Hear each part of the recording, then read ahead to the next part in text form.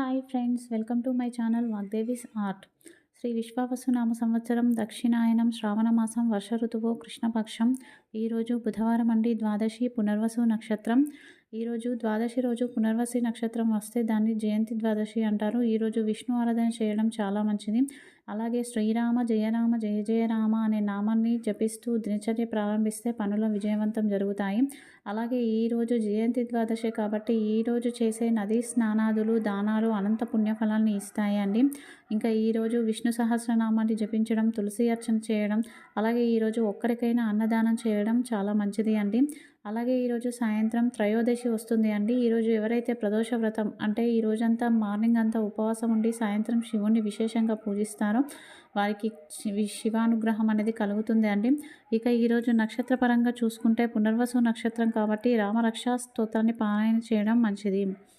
ఇక ఈరోజు వైష్ణవీదేవి శక్తిపీఠాన్ని గురించి తెలుసుకుందాం.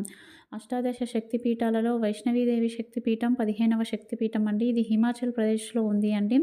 దీంట్లో వైష్ణవీదేవిని శక్తిపీఠంగా కొంతమంది పరిగణిస్తే, ఇంకొంతమంది జ్వాలాముఖి అమ్మవారి ఆలయాన్ని శక్తిపీఠంగా పరిగణిస్తున్నారు అండి.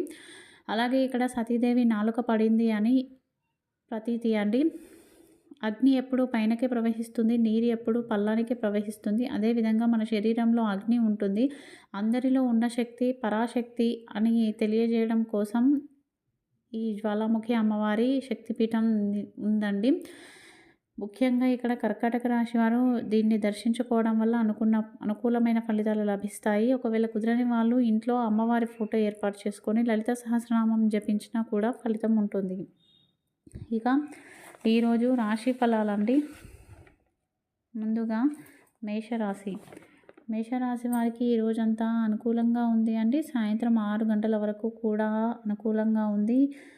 ఈవినింగ్ తర్వాత చికాకులు అనేవి మొదలవుతాయి కాబట్టి ఏదైనా ఇంపార్టెంట్ పనులు ఉంటే 6 పూర్తి చేసుకోవడం మంచిది. ఈరోజు మీరు ధరించకూడని రంగు గులాబీ రంగు. పాటించవలసిన పరిహారం విష్ణు సహస్రనామాన్ని జపించడం. తదుపరి వృషభ రాశి వారికి వృధా ఖర్చులు ఉంటాయి, చికాకులు పెరుగుతాయి, తగాదాలు ఉంటాయి సాయంత్రం 6 గంటల వరకు. ఈరోజు మీరు ధరించకూడని రంగు ముదురు ఆకుపచ్చ. పాటించవలసిన పరిహారం ఇష్టదైవాన్ని ఎర్రని పూలతో పూజించడం.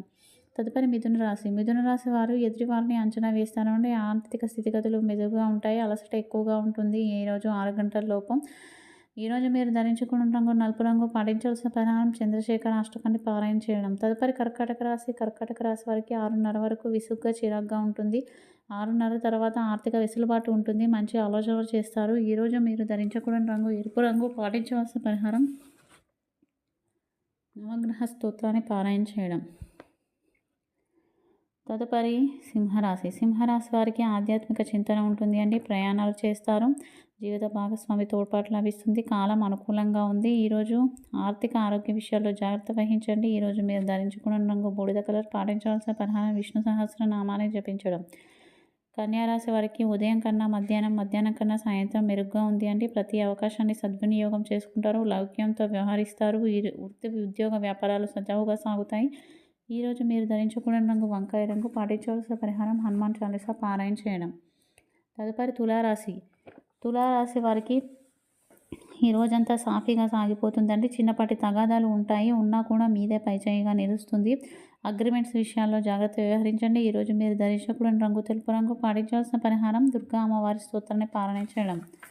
తదుపరి వృశ్చిక రాశి వారికి ఈరోజు సాయంత్రం 6:30 వరకు చాలా అనుకూలంగా ఉంది అండి. 6:30 వరకు జాగ్రత్తగా ఉండడం మంచిది అండి. 0 రిస్క్ మెయింటైన్ చేయడం చాలా మంచిది. 6:30 తర్వాత ఏమన్నా పనులు ఉంటే చేసుకోండి. ఈరోజు మీరు ధరించకూడని రంగు పసుపు రంగు. పాటించాల్సిన పరిహారం నవగ్రహ స్తోత్రాన్ని పారాయణ చేయడం. తదుపరి ధనస్సు రాశి వారికి క్రయ విక్రయాలు లాభిస్తాయండి. ఆర్థిక లావాదేవీలు బాగున్నాయి, పనిలో ఇబ్బందులు ఎదురవుతాయండి. ఈరోజు మీరు ధరించకూడని రంగు నీలం రంగు. పాటించవలసిన పరిహారం ఇష్టదైవాన్ని తెల్లని పూలతో పూజించడం. తదుపరి మకర రాశి వారికి ఉదయం కన్నా మధ్యాహ్నం కన్నా సాయంత్రం బాగుందండి. ఇష్టమైన ఆహారం స్వీకరిస్తారు. ఈ రోజంతా అనుకూలంగా ఉంది. ఈరోజు మీరు ధరించుకున్న రంగు ఆరెంజ్ కలర్. పాటించవలసిన పరిహారం విష్ణు సహస్రనామాన్ని జపించడం. తదుపరి కుంభరాశి వారికి చాలా చికాకులు ఎక్కువగా ఉంటాయండి. 6:30 వరకు కూడా కాలం అనుకూలంగా లేదు. ఈరోజు మీరు ధరించకూడని రంగు కాఫీ పొడి. పాటించవలసిన పరిహారం కనకధార స్తోత్రం పారాయణం. తదుపరి మీన రాశి వారికి అనుకున్నది ఒకటి అయింది ఒకటి ఇలాగ ఉంటుంది అండి. రిస్క్ అనే దానికి దూరంగా ఉండండి. ప్రయాణాలు అసౌకర్యంగా ఉంటాయి కాబట్టి జాగ్రత్త వహించండి. ఈరోజు మీరు ధరించకూడని రంగు చిలుక ఆకుపచ్చ. పాటించవలసిన సహనం దత్తాత్రేయ వజ్రకవచ స్తోత్రాన్ని పారాయణ చేయడం. ఇక వినాయకుడికి ఎలుక వాహనంగా ఉండడంలో ఆంతర్యం ఏమిటి అంటే, ఎలుకను మూషికం అని అంటామండి సంస్కృతంలో. ఎలుక కలుగులో దాక్కొని ఎవరూ లేనప్పుడు అటు ఇటు చూసి దానికి కావలసిన ఆహారం ఎలాగైతే స్వీకరిస్తుందో, ఈశ్వరుడు కూడా మనలో కూడా జీవుడిగా దాక్కొని ఉన్నాడు అని చెప్పేసి అర్థం అండి. అలాగే సుబ్రహ్మణ్య స్వామి నెమలిని వాహనంగా కలిగి ఉండడానికి నెమలి సర్పాలను హింసించేదిగా ఉంటుంది అండి. సర్పాలు అంటే మనలోని క్రోధ ఆవేశ దుర్గుణాలను తీసివేసి సద్గుణాలను వికసింపజేసుకోవడం. నెమలి ఎలాగైతే తన పింఛాన్ని విప్పి అందంగా నాట్యం చేస్తుందో, అదేవిధంగా మనలోని సద్గుణాలను వికసింపజేసే విధంగా మనం ఉండాలి అని చెప్పేసి. ఇంకో విధంగా నెమలికి పేరు చిత్ర అగ్ని అండి. ప్రకృతిలో ఉన్నదాన్ని ప్రచోదనం చేస్తుంది అని అర్థము. ఇక సరస్వతీదేవి హంసను వాహనంగా కలిగి ఉండడంలో ఆంతర్యం ఏమిటంటే, హంస పాలను నీటిని వేరు చేసి పాలు నీళ్లు కలిసి ఉన్న పాలల్లో నీళ్లను వేరు చేసి పాలు మాత్రమే స్వీకరిస్తుంది. అలాగే మనం కూడా ఈ సమాజంలో ఉన్న దుర్గుణాలు సద్గుణాలలో దుర్గుణాలను విడిచిపెట్టి సద్గుణాలను స్వీకరించాలని వాహనంగా కలిగి ఉంది.